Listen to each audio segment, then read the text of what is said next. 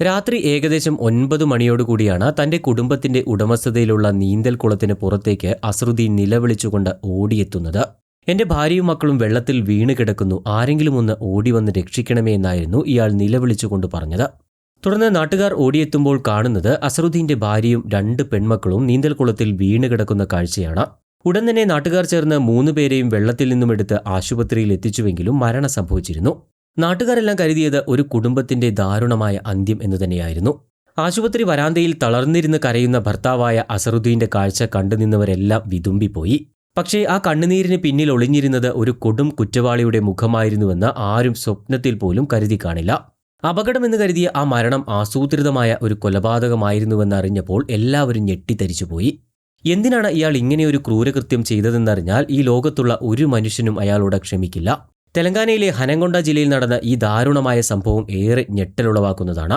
ഭാര്യ വീട്ടുകാരുടെ സംശയവും പോലീസിന്റെ കൃത്യമായ അന്വേഷണവുമാണ് ഈ കൊലപാതകം പുറത്തു കൊണ്ടുവന്നത്.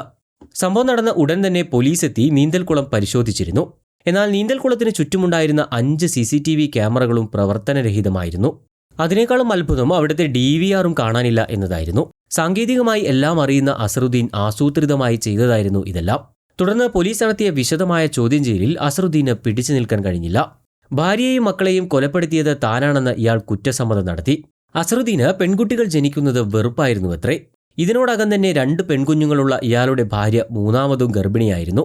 എന്നാൽ സ്കാനിങ്ങിൽ 3ാമത് ജനിക്കാൻ പോകുന്നതും പെൺകുട്ടിയാണെന്നറിഞ്ഞതോടെ അസറുദ്ദീൻ ഭാര്യ ഫർഹാനയെ ഗർഭം അലസിപ്പിക്കാൻ നിർബന്ധിക്കുകയായിരുന്നു.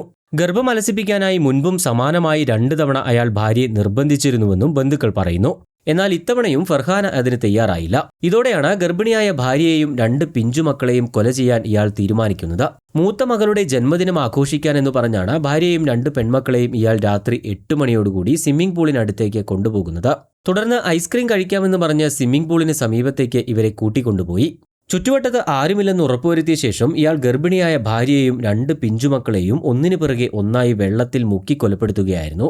മരണം ഉറപ്പാക്കിയ ശേഷം ഇയാൾ മൃതദേഹങ്ങൾ വെള്ളത്തിൽ ഉപേക്ഷിച്ച് പുറത്തേക്ക് പോയി. പിന്നീട് 1 മണിക്കൂറിന് ശേഷം തിരികെ എത്തിയാണ് നാട്ടുകാരുടെ മുമ്പിൽ നാടകം നടത്തിയത്.